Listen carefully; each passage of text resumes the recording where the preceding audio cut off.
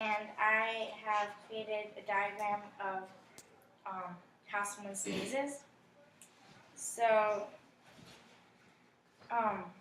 it starts in the nasal, when you breathe in pollen. So this is the pollen. I'm going to throw it up.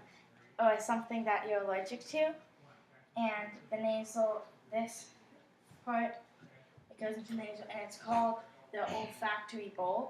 And it sends a message up to the brain of it's called the sneeze center.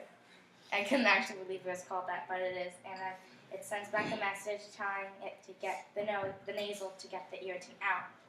And the nose does so by breathing in a couple of times, and on the last time, it breathes all the air out the nose, forcing the irritant out. Like this.